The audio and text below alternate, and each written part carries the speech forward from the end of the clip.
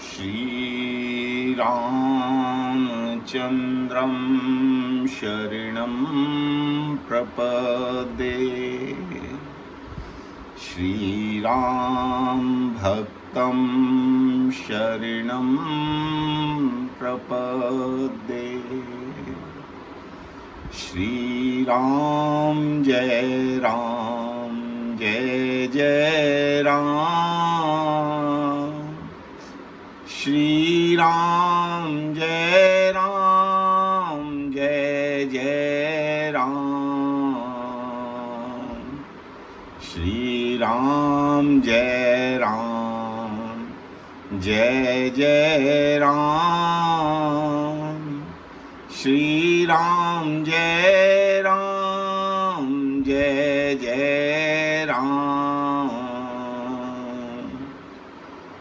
मंगल भवन मंगल हारी।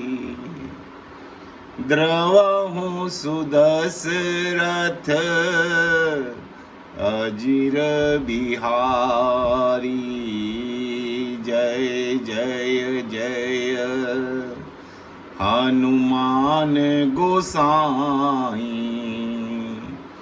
कृपा करो गुरु देव की नाई। खल बधि तुरत फिरे रघुवीरा। सोह चाप कर कटी तुनीरा।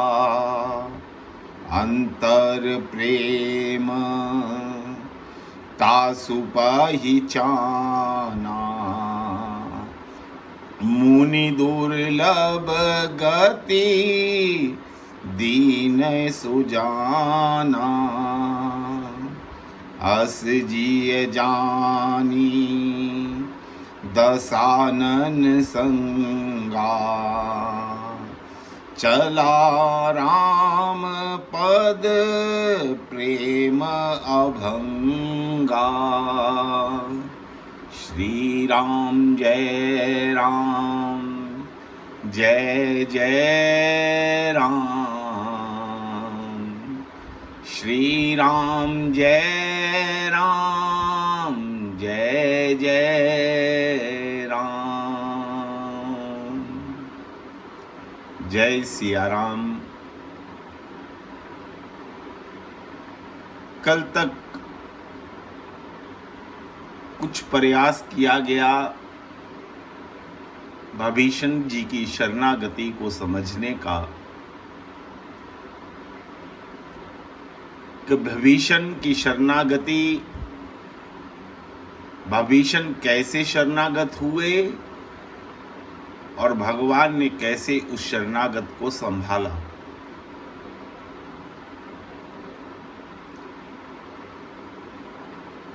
आइए आज से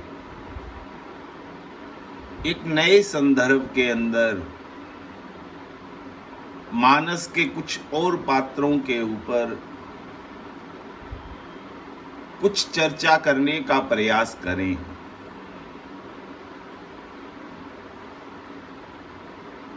मानस के अंदर जितने भी पात्र हैं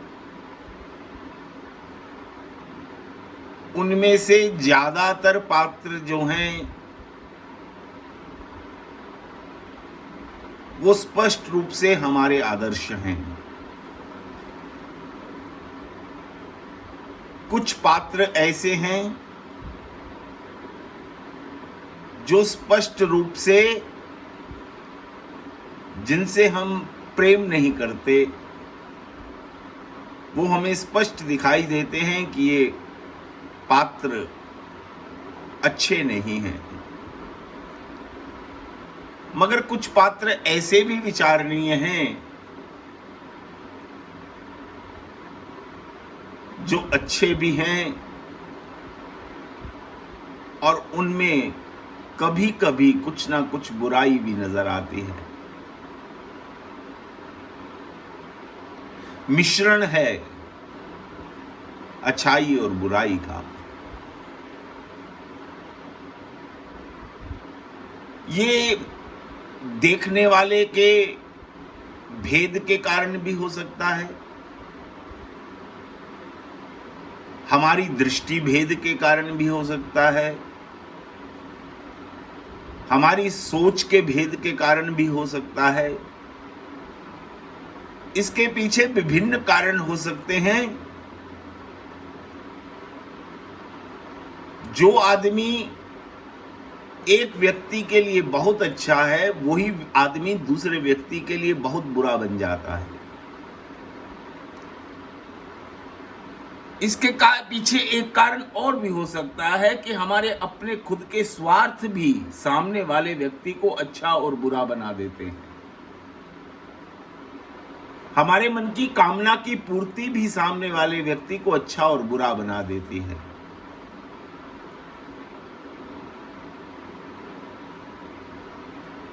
मगर रामायण के प्रारंभ के अंदर ही तुलसीदास जी जब सबका वंदना प्रकरण चल रहा है,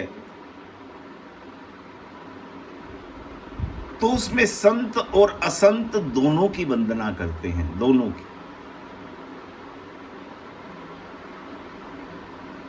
संतों की वंदना भी करते हैं और असंतों की वंदना भी करते हैं। अब संतों ने पूछा तुलसीदास जी से कि महाराज, ये आप संतों की वंदना करते हैं, ये तो हमें समझ में आ गया, मगर असंतों की वंदना करने के पीछे क्या आपका हेतु है, क्या कारण है? तुलसीदास जी कहते हैं कि संतों की वंदना तो मैं इसलिए करता हूं कि हम संतों के सद्गुणों की तरफ देखते हुए उनसे कुछ प्राप्त कर लें और वैसा बनने का प्रयास करें। किसी सज्जन पुरुष की तरफ रहना, देखना, उसके संग में रहना,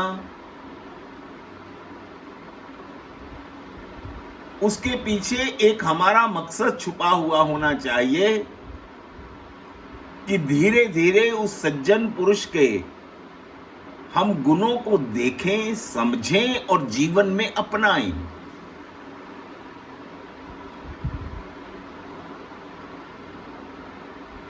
किसी की कोई शुभ कहीं से भी मिलता हो, ले लेना चाहिए। ये बात संत बार बार कहते हैं कि शुभ कहीं से भी मिले, आप उस शुभ का चयन कर लीजिए। एक वाटिका के अंदर हजारों तरह के भांति भांति के फूल खिले हुए हैं। आपको अपने इष्ट की पूजा के लिए, भगवान की पूजा के लिए उसमें से कुछ फूलों का चयन करना है, तो आप वही फूल तोड़ेंगे जो आपको पसंद हैं, जो आपको अच्छे लगते हैं। आपको जो फूल अच्छे लगते हैं वो तो आप चुन लेंगे, मगर जो आपको अच्छे नहीं लग रहे उनको आप तहस नहस नहीं कराएंगे।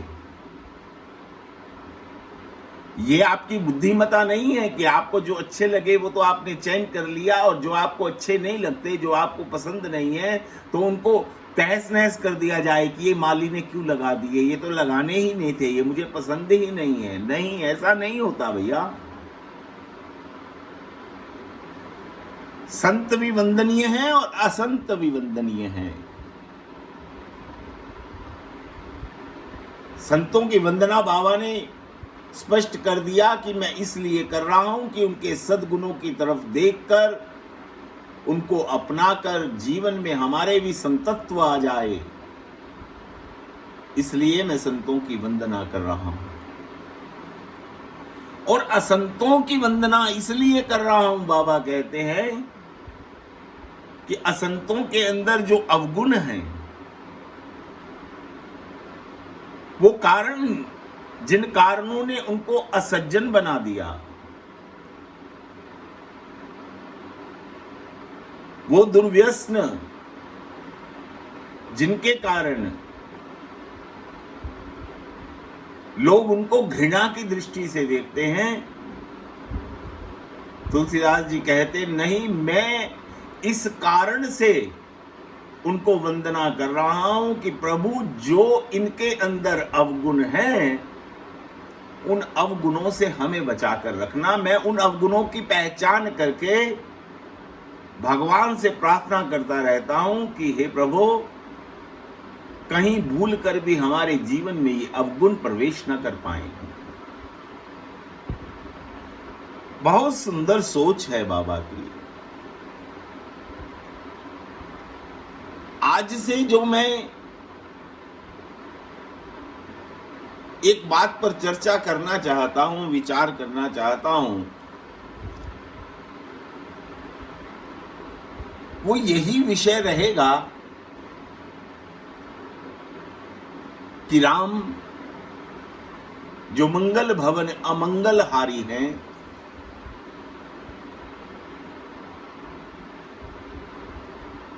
वो कैसे मां कौशल्या के उदर से, उनके गर्भ से जन्म तो लेते ही हैं,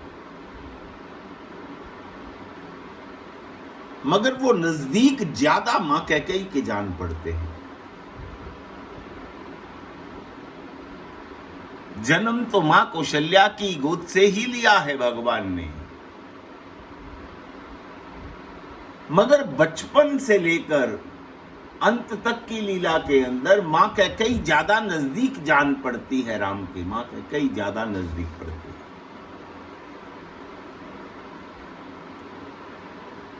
क्या राम कौशल्यानंदन है? क्या वो कैकेयी के दुलारे हैं? कैकेयी का नाम समक्ष आते ही कई तरह के प्रश्न चिन्ह लग जाते हैं, कई तरह के मन के अंदर प्रश्न चिन्ह लग जाते हैं। ये वही कैकेयी है जिसको भगवान राम के वनवास के बाद जिस पुत्र को कैकेयी ने जन्म दिया, उस पुत्र श्री भरत ने कभी उसको मां कहकर पुकारा नहीं। सदैव मां कैकेयी से उन्होंने एक दूरी बनाकर रखी, कभी मां कैकेयी के नजदीक ना हुए जीवन में दोबारा। मगर राम के जीवन में मां कैकेयी बहुत नजदीक है। हर व्यक्ति, हर व्यक्तित्व अच्छाई और बुराई का मिश्रण है।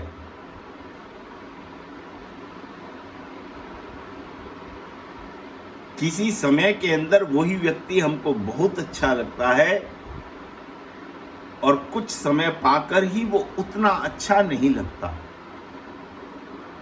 और कुछ समय पाकर ऐसा भी समय आ सकता है कि वो व्यक्ति हमें बुरा लगने लग जाए।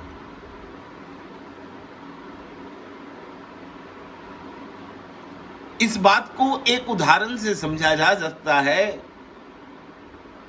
कि हम हर महीने दो पक्ष देखते हैं कि एक कृष्ण पक्ष है, एक शुक्ल पक्ष है। कृष्ण पक्ष अंधेरे का प्रतीक है और शुक्ल पक्ष रोशनी का प्रतीक है। ध्यान से समझिएगा, बात को ध्यान से सुनिएगा। कृष्ण पक्ष अंधकार का प्रतीक है और शुक्ल पक्ष उजाले का प्रतीक है। मगर हम विचार अगर करें, कृष्ण पक्ष में जितने घंटे उजाला रहता है उतने ही घंटे शुक्ल पक्ष में रहता है। कृष्ण पक्ष में जितने दिन अंधेरा रहता है, जितने घंटे अंधेरा रहता है, उतना ही अंधेरा शुक्ल पक्ष में रहता है। उजाला दोनों पक्षों के अंदर बराबर है और अंधेरा भी दोनों पक्षों के अंदर बराबर है। मगर कुछ लोग आज भी मान्यता के अनुसार कृष्ण पक्ष को अच्छा नहीं समझते। कृष्ण पक्ष में कोई शुभ कार्य नहीं करते, वो कहते नहीं, ये तो कृष्ण पक्ष चल रहा है, शुक्ल पक्ष आएगा तो देखेंगे। मगर भगवान की दृष्टि में कोई भेद नहीं है। भगवान राम अगर शुक्ल पक्ष में आते हैं तो भगवान कृष्ण कृष्ण पक्ष में आते हैं। उनकी दृष्टि में कोई भेद नहीं है। अब कृष्ण पक्ष की जो शुरुआत है वो पूर्णिमा से होती है। वो पूर्णिमा को पूर्ण चंद्र होता है, पूर्ण चंद्र। क्रम दोनों पक्षों में थोड़ा उल्टा है। किसी के अंदर कृष्ण पक्ष की शुरुआत हुई पूर्ण चंद्र से, मगर अगले ही दिन से वो चंद्रमा घटता घटता घटता जब कृष्ण पक्ष समाप्ति की ओर आया, अमावस्या की रात आई, तो उस दिन चंद्रमा नहीं था, अंधेरी रात थी। कृष्ण पक्ष की शुरुआत उजाले से हुई, अंत अंधेरे से हुआ। और शुक्ल पक्ष की शुरुआत पूर्णिमा से हुई, पूर्ण चंद्र से हुई, अंधेरे से हुई, अमावस्या के काल रात्रि से हुई। और अगले दिन एकम को चांद नजर नहीं आता, दूज को बिल्कुल बारीक लाइन सा चांद कुछ देर के लिए नजर आता है, और फिर बढ़ता बढ़ता बढ़ता वो पूर्णिमा तक पहुंचते हुए पूर्ण हो जाता है। यानी कृष्ण पक्ष की यात्रा जो है उजाले से अंधेरे की ओर है, और शुक्ल पक्ष की यात्रा जो है वो अंधेरे से उजाले की ओर है।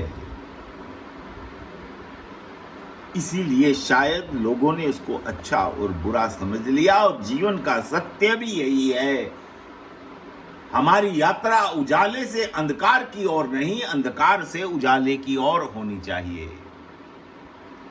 मगर गुण अवगुण अगर हम संतुलन दोनों में करें तो दोनों में लगभग बराबर हैं। हमारी दृष्टि के अंदर एक गुणवान व्यक्ति के गुणों के प्रति तो ये इच्छा होनी चाहिए कि इसके गुणों को मैं देखूं और अपने जीवन में अपना लूं,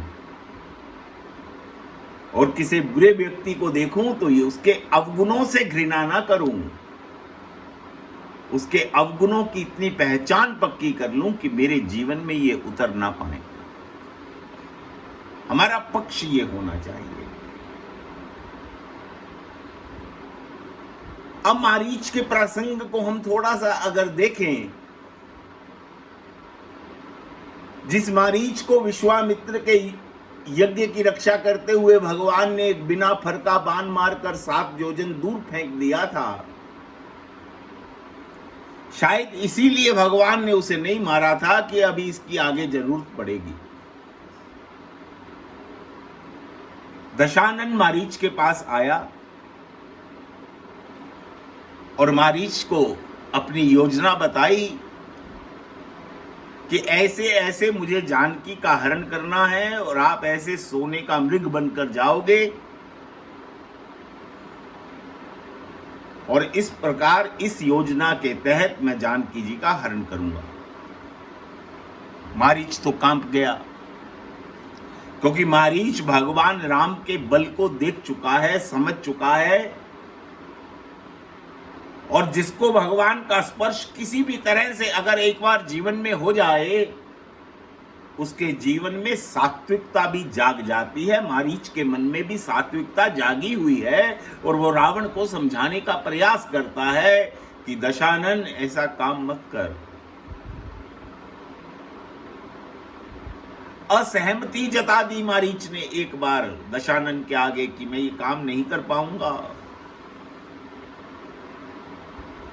मगर दशानन ने तलवार खींच ली कि मारीच अगर तू मेरा काम नहीं करेगा तो तुझे मैं आज मार दूंगा। अब मारीच की बुद्धिमता देखिए। जो भगवान राम का बिना फर का बाण खाया हुआ है ना, उस बाण की ताकत को समझिएगा। आज उस बाण के स्पर्श से ही मारीच की बुद्धि के अंदर यह विवेक जागृत हो गया कि अब मरना तो निश्चित है, अब अंत तो आ गया, मृत्यु सामने खड़ी है, मगर रास्ते 2 जा रहे हैं। एक रावण के द्वारा और एक राम के द्वारा कौन से रास्ते का चयन किया जाए, इसी को विवेक कहते हैं। मौत तो हम सबके सामने खड़ी है, हर समय खड़ी है, मगर रास्ते दो हैं। कैसा जीवन जीकर हमने रावण के द्वारा मृत्युदंड प्राप्त करना है या राम के द्वारा करना है। मृत्यु सबके सामने है, रावण और राम भी सबके सामने है। चयन करना जीव के हाथ में है, चयन करना जीव के हाथ में है। गुरु वशिष्ठ भी भरत जी को जब दशरथ के मरने के बाद सभा बैठती है, उसके अंदर कहते हैं, सुनो हो भरत भावी प्रबल बिलख कहो मुनिनाथ, हानि लाभ जीवन मरण जस अपजस विधि हाथ। ये जीवन और मरण तो विधि के हाथ में है, विधाता के हाथ में है। आज ये सोचने का विषय नहीं है, राजा दशरथ सोचनीय नहीं है। वो अपना जितना जीवन जी कर गए हैं, बहुत अच्छा जी कर गए हैं। ये बात आज विचारणीय नहीं है। विचारणीय तो ये है अब कि आगे कैसे किया जाए। मगर संतों ने इस बात की बहुत सुंदर चर्चा की। उन्होंने कहा कि गुरुदेव वशिष्ठ ने ये बात तो कह दी कि जीवन और मरण विधाता के हाथ में है, मगर जीवन और मरण के जो बीच का समय है वो तो भगवान ने जीव को उसके हाथ में दे रखा है कि तेरा जन्म जो है वो मेरे नियंत्रण में है और तेरी मृत्यु भी मेरी नियंत्रण में है। मगर जन्म से लेकर मरण तक के जो समय है वो मैंने तुझे दिया। तू अपनी बुद्धि से, अपने विवेक से, तेरे सामने कई रास्ते होंगे, उन रास्तों में से तू कौन सा चयन किस समय क्या करता है, ये तेरे हाथ में है भैया। और हर व्यक्ति वैसा वैसा रास्ता चुनकर अपना जीवन यापन करके चला जाता है। मारीच ने भी सोच लिया कि अब मरना सुनिश्चित है। रावण मारेगा या राम के हाथों मर जाऊं। और मारीच ने ये निश्चय किया, रावण की बात को मान लिया कि ठीक है, जैसे तेरी योजना है मैं वैसा काम करूंगा, स्वर्ण का मृग बनकर जाऊंगा, जैसे जैसे आपने मुझे योजना बताई है मैं उस प्रकार से कार्य करूंगा। रावण चला जाता है और मारीच स्वर्ण का मृग बनकर उस पंचवटी के आसपास घूमता है, भगवान राम और जानकी जी के दर्शन करता है और करके आगे की लीला आप सभी जानते हैं कि कैसे जानकी जी के मन में ये आज इच्छा उत्पन्न हुई कि प्रभु इस मृग की खाल मुझे बहुत सुंदर लग रही है, मेरे मन को भा रही है। और भगवान राम उसका शिकार करने के लिए, उसको मारने के लिए उसके पीछे दौड़ते हैं और हिरण की गति जो है इतनी तेज है कि भगवान राम के भी पकड़ में हिरण आ नहीं रहा। कथा तो ये है, मगर इसका मतलब क्या है, मायने क्या है। संत कहते हैं कि हर व्यक्ति का जो मन है वो मारीच है।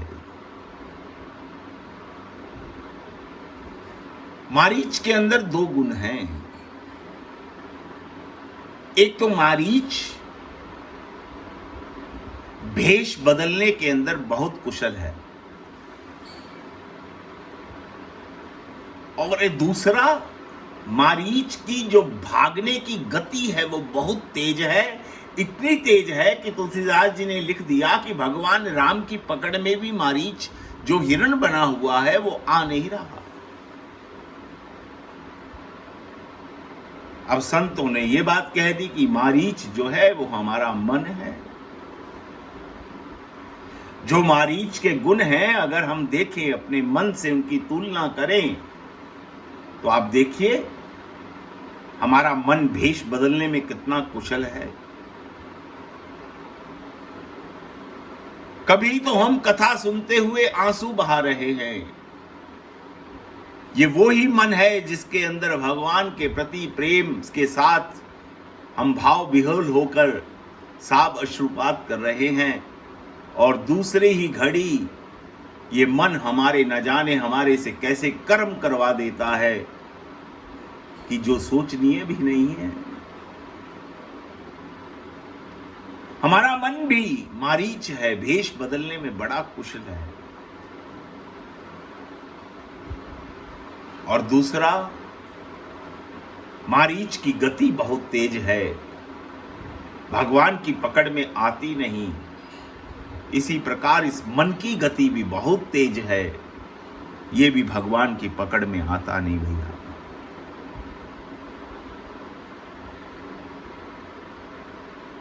मन को बार बार पकड़कर खींचकर जबरदस्ती बिठाया जाता है। आप माला लेकर बैठो, 1 मिनट के लिए सोचकर विचार कर कि आज मन को भटकने नहीं देना।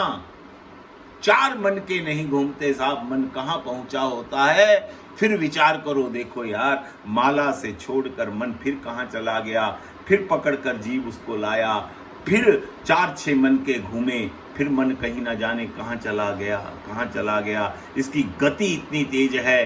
गीता में भी भगवान कह रहे हैं कि हवाओं को पकड़ा जा सकता है पर इस मन को पकड़ा नहीं जा सकता।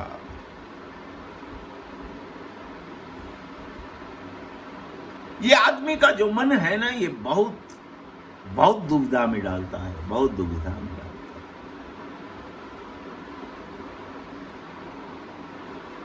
एक मिनट पहले ये मन हमारे से ऐसे काम करवाता है कि हम समाज के अंदर पूजनीय हो जाते हैं, और कुछ ही घड़ी के बाद मन ऐसा काम करवा देता है कि हम निंदनीय हो जाते हैं।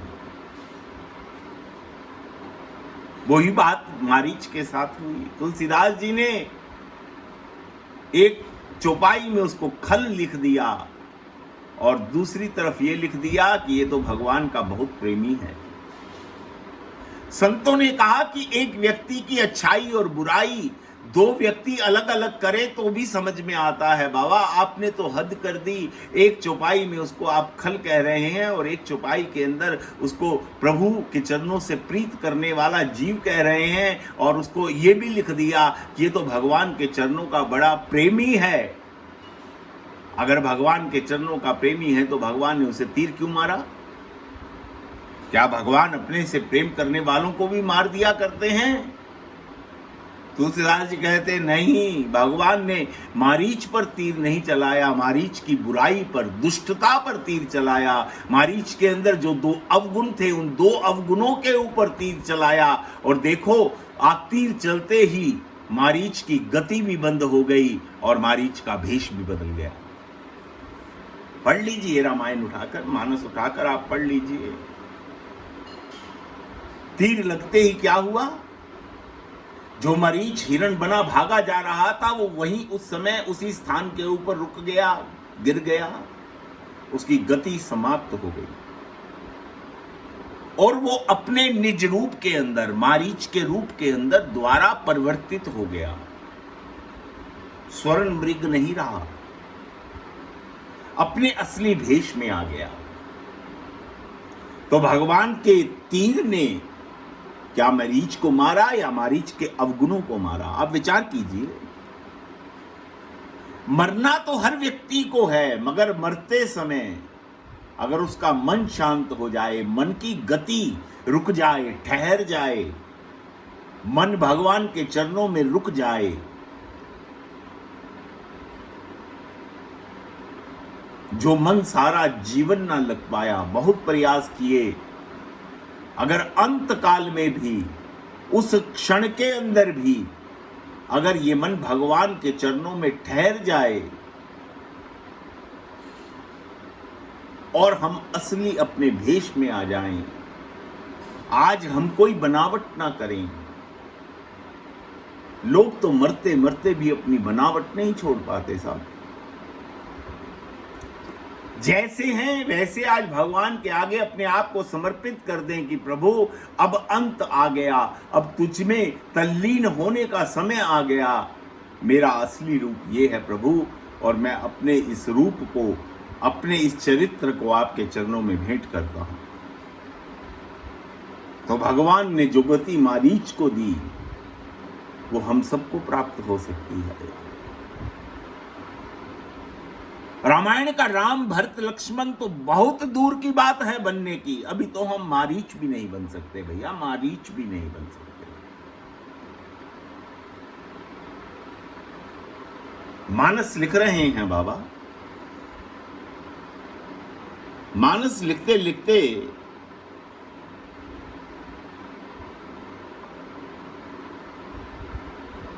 बाबा ने बालकांड लिखा, भगवान के जन्म की कथा लिखी। तो भगवान का जन्म कहां होता है? अयोध्या में होता है। तुलसीदास जी ने अयोध्या गए, लीला लिखते लिखते अयोध्या में प्रवेश किया, अयोध्या को देखा। अयोध्या का सीधा साधा मतलब संतों ने बताया है, जहां पर कभी कोई युद्ध नहीं होता उसका नाम अयोध्या है, जहां पर कभी कोई द्वंद्व नहीं होता। अब तुलसीदास जी दूसरे के सद्गुणों को देखकर क्या कार्य करते हैं उसकी बात की अभी हम चर्चा करके चुके हैं कि अपने आप के ऊपर अपनाने का प्रयास करते हैं। तो तुलसीदास जी ने प्रयास किया, क्या मेरा मन कभी अयोध्या बन सकता है और इस मन के अंदर कभी राम जन्म हो सकता है? क्योंकि भगवान का जन्म अयोध्या में होता है। तुलसीदास जी ने तौबा कर ली, नहीं, मेरा मन कभी अयोध्या नहीं बन सकता, नहीं बन सकता। इसके अंदर जो इतने युद्ध चल रहे हैं उनका समाप्त होना इस जन्म के अंदर बहुत बड़ी बात है। इस जन्म में कभी ये मन अयोध्या नहीं बन पाएगा और इस मन के अंदर कभी राम जन्म नहीं होगा। भगवान थोड़े बड़े हुए, भगवान विश्वामित्र के साथ चलते चलते भगवान धनुष यज्ञ देखने के लिए जनकपुर पहुंचे। बाबा भी साथ साथ जनकपुर चले गए। बाबा ने जनकपुर को देखा, जनकपुर के गुणों को देखा और अपने मन से फिर तुलना की। ओहो, बाबा ने तो आंखें बंद कर ली, अपने नेत्र मूंद लिए। कहां ज्ञानियों की भूमि, जिन जो देह और विधेय के अंदर भेद नहीं कर पाते। इतना ज्ञान, इतना शरीर से ऊपर उठे हुए लोग, और मैं तो कंचन कामनी में मेरा आधा जीवन बीत गया। मैं कब भी देह बन पाऊंगा? एक जन्म क्या 100 जन्मों में भी मेरा मन कभी जनकपुर नहीं बन सकता। प्रभु की इस लीला को देखते हुए बाबा फिर निराश हो गए कि मेरे मन को कभी जनकपुर समझकर भी भगवान कभी नहीं आएंगे। निराशा हो गई। ना मेरा मन अयोध्या बन पाएगा, ना मेरा मन जनकपुर बन पाएगा। कुछ काल और बीता, भगवान वनवास के दौरान चित्रकूट रहने के लिए आए, और चित्रकूट की महिमा तो भैया अयोध्या और जनकपुर दोनों से बहुत ऊपर है। तुलसीदास जी यहां चित्रकूट की महिमा को देखकर घबरा गए, कांपने लगे।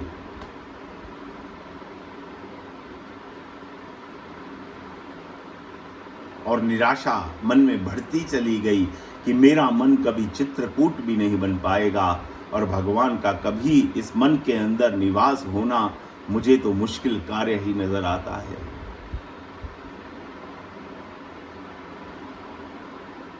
मगर वो तो भगवान हैं, वो तो किसी को निराश नहीं करते, कोई ना कोई रास्ता दिखा देते हैं। जानकी जी का हरण हो गया और भगवान समुद्र पार करके लंका में पहुंच गए। तुलसीदास जी भी साथ साथ में हैं। बाबा ने लंका देखी, प्रसन्न हो गए, नाचने लगे कि हाँ, ये स्थान उचित है, ये स्थान उचित है। मेरा मन ये बनाने के लिए भी जरूरत नहीं है, लंका तो मेरा मन सदैव बना बनाया तैयार है। भगवान राम अगर ऐसे स्थान पर भी जाते हैं तो मेरे मन में भी एक दिन अवश्य आएंगे, अवश्य आएंगे। इसलिए मेरा आपसे कहने का ये भाव था कि हमारा मन, हमारा जीवन भगवान राम के आदर्श, भगवान भरत का प्रेम, लक्ष्मण जी का वैराग्य, वो तो कई जन्मों की बात है, कई जन्मों की बात है कि उनका एक अंश मात्र भी हमारे जीवन में उतर जाए। हमारे को तो मारीच जैसे बनने में भी शायद कई जन्म लग जाएंगे, कई जन्म लग जाएंगे।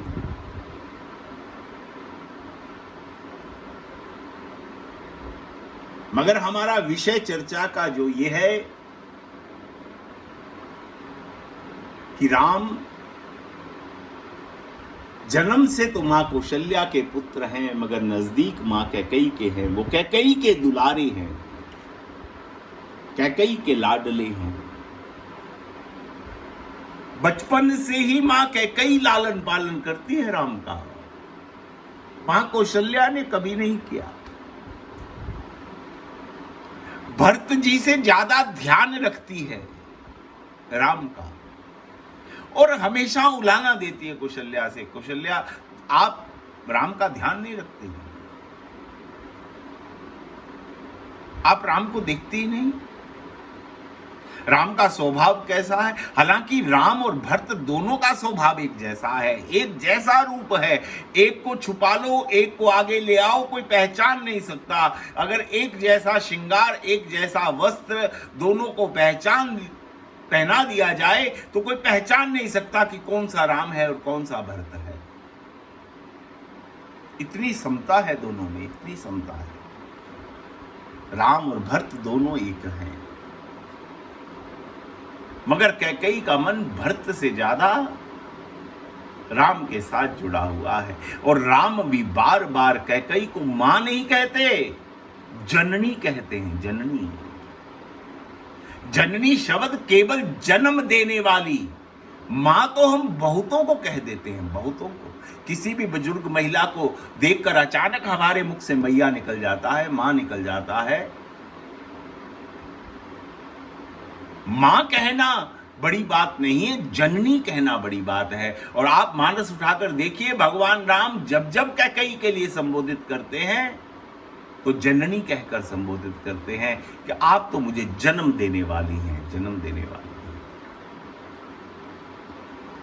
मगर इसी मां कैकेयी का जो चरित्र है उसके भी दो पहलू हैं भैया। कुछ लोग उसकी इतनी प्रशंसा करते हैं, इतनी प्रशंसा करते हैं तो कैकेयी हमें बहुत पूजनीय लगती है। और कुछ लोग उसकी इतनी निंदा करते हैं, इतनी निंदा करते हैं कि कैकेयी से घृणा होने लगती है। और इतनी घृणा हो गई लोगों को, आज उस दिन के बाद किसी ने अपनी बच्ची का नाम कैकेयी नहीं रखा।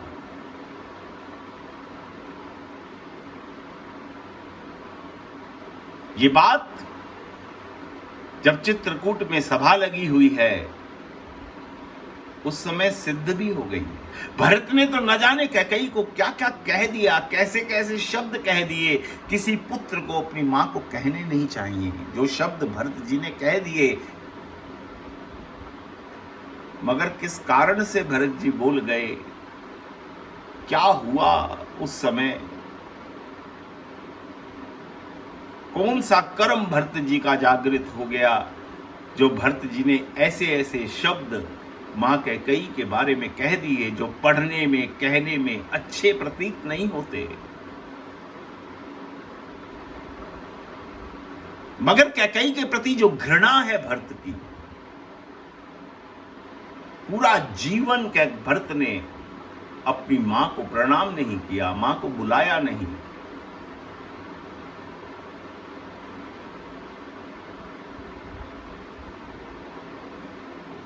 उस सभा की शुरुआत भरत जी इस बात से करते हैं कि प्रभु मुझे क्षमा कर दीजिएगा, मैं एक ऐसी मां की कोख से पैदा हुआ हूं जिसने बहुत बड़ा अनिष्ट कर दिया।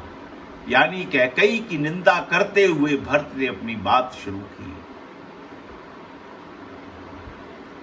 और भरत ने साथ में यह भी कह दिया कि प्रभु, अगर आप मुझ पर विश्वास नहीं है तो जितने लोग मेरे साथ आए हैं इन सबसे पूछ लीजिए, क्या ये मेरी बात से सहमत हैं या नहीं है।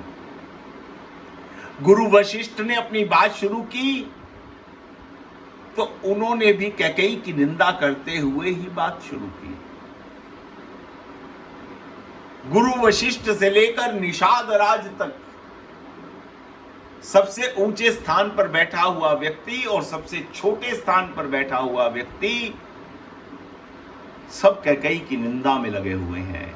निषाद भी कैकेयी की निंदा लक्ष्मण जी के आगे कर रहा है। कैकेयी नंदनी, उसने भरत की मां कहकर संबोधित नहीं किया, राजा दशरथ की पत्नी कहकर संबोधित नहीं किया, कैकेयी की पुत्री कहकर संबोधित किया। इतनी घृणा मन के अंदर, इतनी घृणा।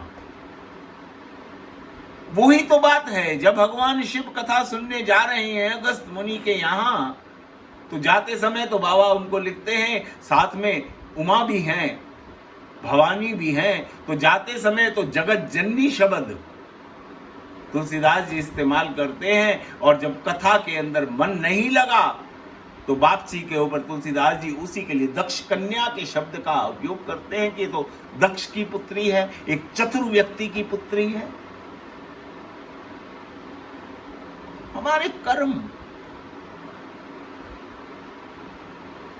एक घड़ी का किया हुआ कर्म हमका कितना नीचे गिरा देता है, कितना नीचे गिरा देता है, कितना हमारा पतन हो जाता है, कितना नुकसान हो जाता है कि उसकी भरपाई करने में फिर बाकी पूरा जीवन फिर लग जाता है, मगर वो खाई भर नहीं पाती फिर कभी। सती के बारे में आप जानते ही हैं, कितनी बड़ी भगवान की फिर तपस्या, समाधि, उसके बाद राजा दक्ष का यज्ञ करना, सती का शरीर छोड़ना, फिर पार्वती के रूप में राजा हिमाचल के यहाँ फिर जन्म लेना, फिर तप करना, फिर सप्त ऋषि और भगवान राम की प्रेरणा से भगवान शिव का द्वारा पुनः पार्वती से मिलना। कितना समय बीत गया, युगों बीत गए, बीच में साहब युग बीत गए। एक गलती, जीवन में एक गलती कितना बड़ी कीमत चुकानी पड़ती है साहब। ये चरित्र हमको ये सिखाते हैं, इन चरित्रों से ये सीखने की जरूरत है।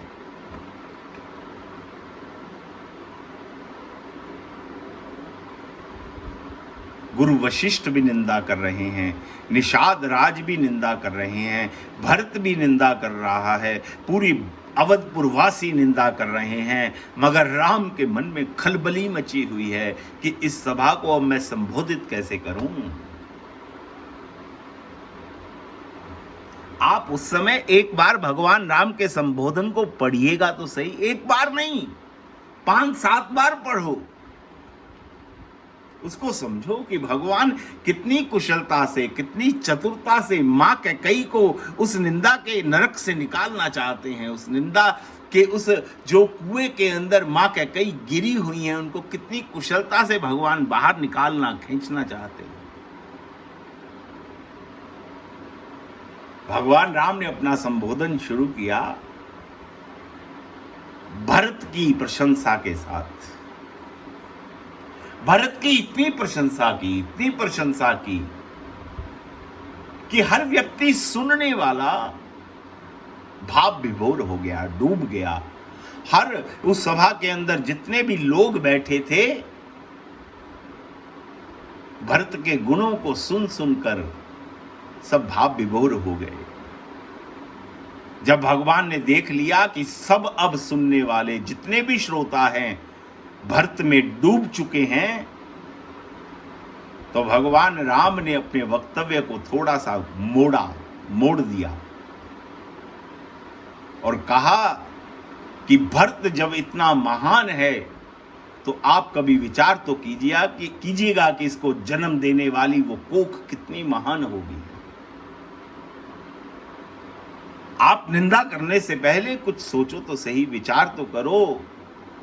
आम का फल बहुत मीठा है, बहुत सुंदर है, बहुत अच्छा है, मगर वो लगा किस पर है? वो भी तो आम के वृक्ष पर ही तो लगा है।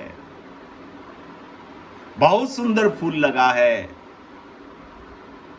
मगर उसको जन्म देने वाला तो कोई और है, वो ही तो है। वो बहुत अच्छा होगा तभी तो उसका फल भी अच्छा होगा। मगर अवधपुरवासी जो अभी तक भरत की प्रशंसा के अंदर डूबे हुए थे, जब भगवान ने कैकई अम्बा की तरफ उस प्रशंसा को मोड़ा तो फिर सबके कान खड़े हो गए कि भगवान कैकई के बारे में क्या कह रहे हैं। तो भगवान ने फिर दोबारा भरत की प्रशंसा शुरू कर दी। कैकई से फिर भरत की तरफ मुड़ गए। देखो प्रशंसा, भगवान के बोलने का क्रम क्या है। पहले भरत की प्रशंसा करते हैं, फिर बीच में कुछ देर के लिए कैकई अम्बा के ऊपर ध्यान केंद्रित करते हैं, और फिर लोगों को जब थोड़ा अटपटा लगता है तो फिर अपनी प्रशंसा को भरत जी की तरफ ले जाते हैं।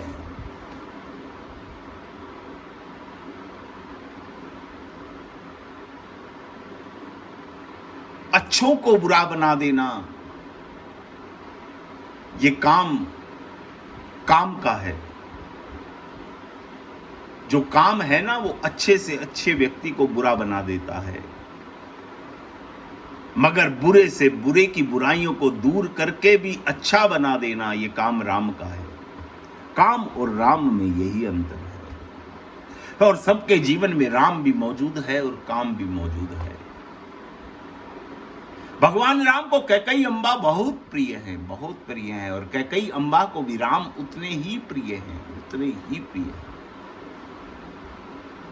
बड़ा गहन विषय है ये, बड़ा गहन विषय है।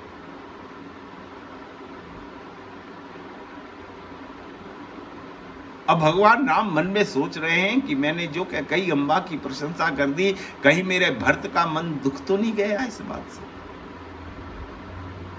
कि भरी सभा के अंदर मैंने भरत को जन्म देने वाली, जिससे भरत इतनी घृणा कर रहा है, कहीं मेरे भरत का मन इस बात से दुखी तो नहीं हो गया।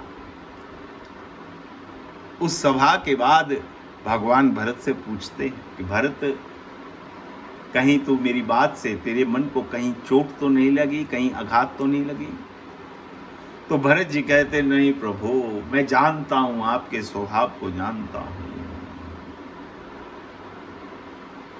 मैं तो उस समय प्रसन्न हो रहा था, जब आप कैकई की प्रशंसा कर रहे थे तो मैं प्रसन्न हो रहा था। भगवान राम कहते, अच्छा तू मां कैकई की प्रशंसा सुनकर प्रसन्न हो रहा था, यानी तू मेरी बात से सहमत था? भरत जी कहते, नहीं भैया, मैं आपकी बात से सहमत था, इसलिए प्रसन्न नहीं था।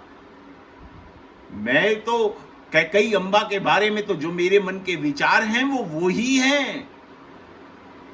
मैं आपकी उन बातों से सहमत होकर प्रसन्न नहीं था, मैं इस बात से प्रसन्न था कि इतना कुछ होने के बाद भी मेरे भगवान का स्वभाव तो देखिए।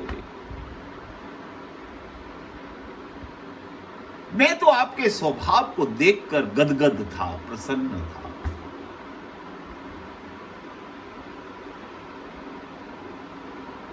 ऐसे राम, ऐसे भरत। देखो, पात्र एक ही है कैकई। निंदा करने वाला कौन है? भरत, जिसका दर्जा संतों ने भगवान से भी ऊपर दिया है। और प्रशंसा करने वाले कौन है? स्वयं ईश्वर, स्वयं ईश्वर।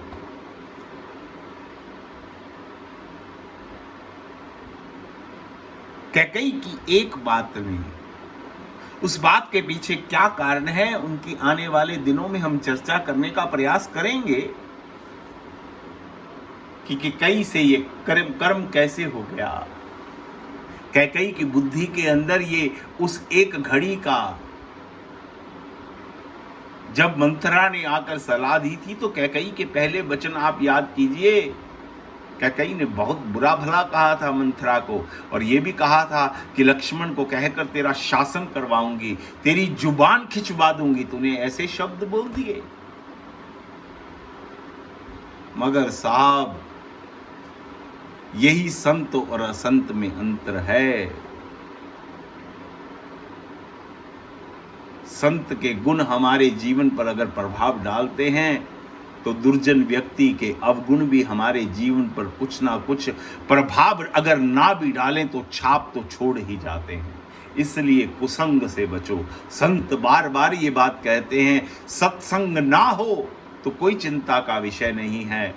चिंता का विषय तो ये है कि जीव कहीं किसी एक घड़ी, एक क्षण के लिए भी कोई कुसंग ना कर बैठे। इसलिए भैया कुसंग से बचना है, सत्संग करने का प्रयास करना है। सत्संग करने में भले ही देरी हो जाए मगर कुसंग से बचने में देरी ना हो। बस एक बात का ध्यान रखना कि कुसंग से बचने में देरी ना हो। सत्संग होने में इस जन्म में ना सही अगले जन्म में कर लेंगे।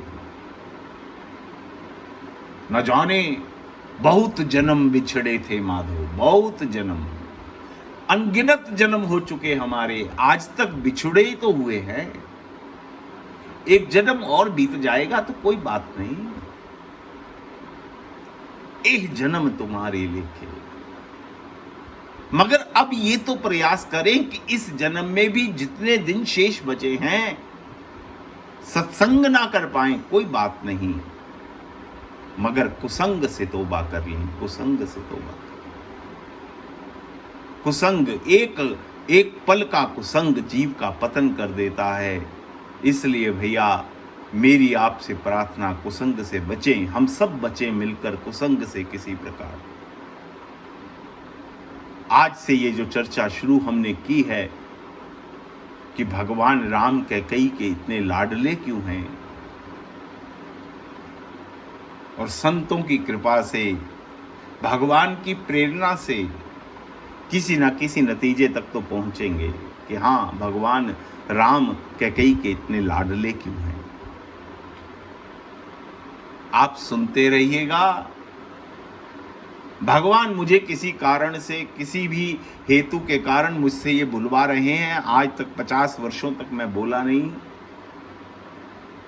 गोविंद ही की कोई प्रेरणा है, भगवान की ही कोई प्रेरणा है, और इसके पीछे भैया कोई हेतु नहीं है, कोई कारण नहीं है। ये लॉकडाउन हुआ है, घर में खाली हैं, ना जाने क्या ये विचार आया और ये कार्य शुरू हो गया। मगर भगवान की कृपा मानता रहूं मैं, मेरी बुद्धि बस केवल और केवल इसी बात को मानती रहे कि ये गोविंद ही कोई लीला कर रहे हैं, और इससे अधिक कुछ और नहीं भैया। बस विचार कीजिएगा आज की बात पर और अपने स्वास्थ्य का ध्यान रखिएगा, हरि नाम से जुड़े रहिएगा। समय बीतता जा रहा है, ना जाने कब जीवन की शाम हो जाए। इसलिए अपने शरीर का, अपनी आत्मा का बहुत बहुत ध्यान रखिएगा। दोनों को बचाकर रखना है, दोनों को स्वस्थ रखना है। दोनों के स्वास्थ्य का ध्यान रखते हुए आप संलग्न रहिएगा अपने कार्य के अंदर। बस विश्व मंगल की कामना की हेतु भगवान को कुछ देर जरूर रोज पुकारिएगा, याद कीजिएगा। बस इसी मंगल कामना के साथ मेरी आपको जय सिया राम, जय सिया राम।